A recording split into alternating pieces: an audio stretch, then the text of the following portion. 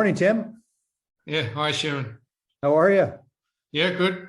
Put some news out, and yeah, we're busy on the ground in Spain, as you know. Yeah, we the news was very exciting, and I don't know how many drill holes that is now that I was as some of our listeners know or may not know. I was very fortunate to do a site tour with Tim a few years ago when we were first getting started in the Iberian Pyrite Belt in Spain. And I think it was really the original drill hole was being started then. And then, of course, the number one drill hole was a discovery hole. And so it's been a great story with Pan Global. And, one of the things I was telling you, Tim, a bit earlier was I had just got back from Nepal. And one of the things that really resonated with me when I was in Nepal, and I just thought I'd like to get Tim's comments, number one, about my experience in Nepal, but also to give us a bit of an update with the stunning news that Tim put out with respect to the most recent drill results. But here was one of my experiences. When I was in Nepal, in the area of Kathmandu, I was very fortunate to take an ultralight flight. And then the reason I did the ultralight flight is so we could sort of fly in to see the Himalayas. And almost for the full 3 weeks that I was in Nepal and in the Kathmandu area in particular, you could not see the Himalayas. And the reason you couldn't see the Himalayas was because of the pollution. And I think it was sort of a gentle reminder to myself that, one of the reasons we're seeing electrification in this world is because of the problems that are being caused by the combustion engine. And I think people have lost sight of that. Everybody's getting all excited about battery metals and the electrification of the world. But, the driving thing that's happening is this pollution is causing a lot of problems in places like Kathmandu or in Delhi. I mean, people are literally living in gas chambers. And we worry about COVID, but one of the things that we really should be worried about is the pollution that's happening around the world. And in countries like China, where they have these command economies, they're literally going to ban the combustion engine. Now, the reason that's important for us as investors is that it takes 4 times as much copper to build an electric vehicle than it does to build a combustion vehicle. And so not only is the world going to have a huge amount of demand for copper, it's going to be zinc, it's going to be tin, it's going to be cobalt. So really one of the new petroleums that's out there is copper. And I think sometimes we lose sight of, well, why are we doing this electrification? Well, the underlying, again, motivation is for us to live in cleaner, healthier environments. That's why they call it go green. So what we've done is really, we understand that broader macroeconomic story, and how do we as investors find really good quality copper companies? I mean, you can go out and buy copper futures, but if you really want to have a good long-term investment, you really need to find a copper company that's run by very capable people, has excellent projects, and is available at the right price. So that's why today was just a great chance to, get an update from Tim Moody. He's the CEO of Pan Global, one of our top picks in the copper space. And so, a couple of things, just thought I'd get your comments about my vision about, a greener economy and my actual experience in Kathmandu, and also just give us an update on the exciting results that came out today. Yeah, look, I think, Sherman, you're right. The health of cities and the emissions targets that have been set around the world are really driving this sort of revolution, if you like, currently that we're currently seeing with some commodities like copper and copper in particular. So the way I describe it at the moment, there's going to be a bit of a catch-up period until the world gets its infrastructure in place to cope with this extra demand for a commodity which to meet these emissions targets you can't do without, and that's copper. There are other metals, of course, lithium and all the rest of it. They're all important as well. But it's not just electric vehicles. They're a small part of it. There's a big opportunity there, but that might represent sort of 5-10% of the world's demand for copper or so. Going forward, it's everything else. It's engines and like you say, just in general motor efficiency, fuel efficiency, all of those things need better engines. For engines to run better, they need more copper. So Well, that's an interesting point, Tim. I didn't realize. So it's about 5 to 10% is the vehicles, eh? Something like that. Yeah. I mean, the biggest, the most use of copper is sort of industrial and construction and so on. Sure. So sure. Wind turbines, offshore wind turbines, and the cables and all that sort of thing need lots of copper. Need lots of copper. Why do the wind turbines need lots of copper? Because they're efficient engines. The generators that come from the energy that's being created by those wind turbines, they will need lots of copper. The new super fast trains and all of these things to be more fuel efficient need better engines, and for engines to be more efficient, they need more copper. There's no good substitute for copper. So look, the electrification of vehicles is just one part of it, but that's the new part. There's been a general growth in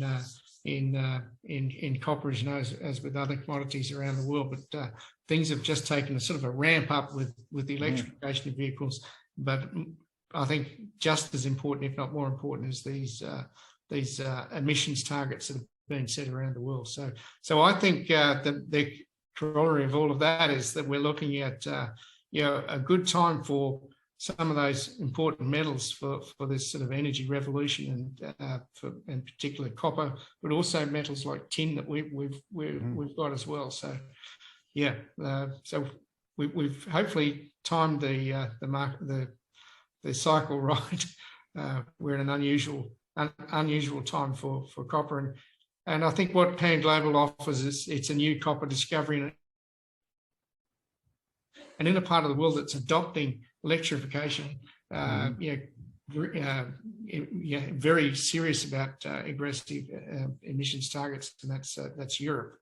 So, and as we've seen with the current sort of war that's going on in Russia, that independence for metals and other commodities is perhaps even, there's a sharper focus on that. So anyway, I'll maybe talk a little bit more about the results that came out today, because they look pretty amazing. Yeah, so we've digressed, Sherman, I guess. So we put out, it was quite a big batch of results, 19 drill holes. We got there's been a general, I guess, a delay or a lag in getting results that many exploration companies have been experiencing. But then things started to turn around. We got really an avalanche of results, and so it was quite a lot of news to put out in one go. But look, I think there's a few takeaways from that. At La Romana, our discovery, there's probably 4 points. One is that the deposit is still open in several directions, every hole is hitting copper still. So our record's intact in terms of every hole hitting copper. Yeah, awesome. Pretty much. So it's open in several directions. It's clearly going to grow. A second point is that hole 114, which is the headline hole, what that does is it highlights that there are some gaps in some of the drill pattern that we've got out there, and that the hole 114 was in one of those gaps, and it just shows the potential that we could have some more high grade as we selectively go into some of these areas where we've got still some wider space within the area we've drilled. So we can grow it peripherally, but we've also got potential to lift the grade with drilling internally as well. So there were some great results in those in the news release. It also shows the tin as well. Tin is very much open to the west, and so I think that could make quite a difference, and hopefully we can get some of that tin, and that'll help push the cutoffs and so on. And I guess the other thing is that clearly, it's starting to get a pretty sizable deposit. That simple geometry is still very much evident, it's ticking along. But look, the other new part of the story at the moment. I think what's really capturing people's attention, what people are really keenly watching, is what's going to happen on those sort of 10 or a dozen other big targets that we've got in the rest of the round. So we've got a pretty aggressive program going on, and hopefully we'll be able to put some more news on that broader exploration program pretty soon. We've got, as I say, 10 or a dozen other big targets. We've drilled, we put a couple of holes very early on in La Jarosa, where we reported 9.5 meters at 1.2% copper in the previous news release. That's only our second target we've tested. So, we've hit again there. We've followed that up with 3 more holes, waiting for the results. So, the idea of those holes give us some sort of direction, a vector to where we might find better grade in that system. But what that hole's told us is that within that area, there's good potential. So we've got other targets around that. So, we've got an IP survey about to commence. That'll cover hopefully 3 or 4 other targets. We've got the airborne EM survey results to come in the next couple of weeks or so. That should throw up a bunch more targets. Without going through all of the details, Sherman, we've got some really good looking targets appearing. Sarcita, we mentioned as well. It's a 2 kilometre long target as well. But the idea is that we're going to line up multiple targets for testing, and once we've got them all lined up, we'll then throw a number of drill rigs at those many targets. So we'll give ourselves a chance of making another discovery. Yeah, no, it sounds great, Tim. And I mean, it just continues to build. And I think I told you earlier, I was on a site visit down at a silver property in Nevada.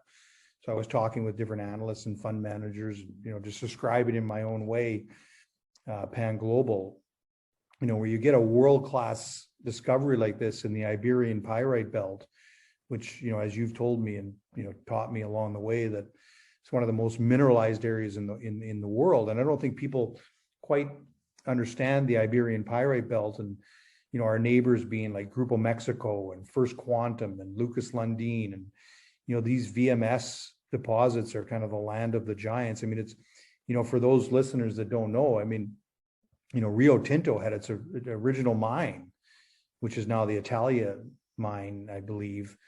And, so you just don't get an opportunity to buy companies that have the quality of management of a Pan Global, have the project the quality of the projects, and then available at this price. And so maybe I'm crazy, but I mean, I think this has got one of those triple dip scenarios. Number one is you're buying the stock cheap, and, the copper price is going to go nothing but up, and this project could just continue to grow. And that, people need to be aware that that's where you can take an investment. You can buy a stock at 70, 80 cents, and it could be worth a lot of money, 5-10 years down the road. So, yeah. Well, we're continuing to underpin the value of our share price with La Romana. And if we make another discovery or 2, or we certainly got the potential to do that, that could really be very good news for our investors. And I think that's what I think a lot of the existing investors are watching very closely now. That's what really captured people's attention is, let's see what the drill rigs turn up on these other targets, and they look really good. It's one of these sort of unique situations. It's an area really prospective that, because of its ownership history, which we've discussed previously, really escaped the waves of exploration over the last sort of 30, 40 years. So we were a really, really unique situation, really prospective area, and every chance that we're going to make other discoveries. As you know, Sharon, this type of deposit often occurs in clusters. So we've got one at La Romana. Where's the rest of the cluster? Yeah. And that's that's exactly what we're looking at here. Is we've got multiple targets, perhaps a couple of clusters potentially, where we could make additional additional discoveries. Right on. Well, thanks a lot for your time, Tim. And those of you that might be new to Pan Global, I mean, Pan Global's got a great corporate website. On that website is the corporate presentation. You know, you can always anybody can always reach out to myself or Tim as well. But you know, we look forward to more success, and I look forward to seeing you in person. And I guess I'll see you in May at the Vancouver Resource. Yeah. All right, Tim. Right. Thanks very much. Spending time with you. Talk to you soon. Yeah.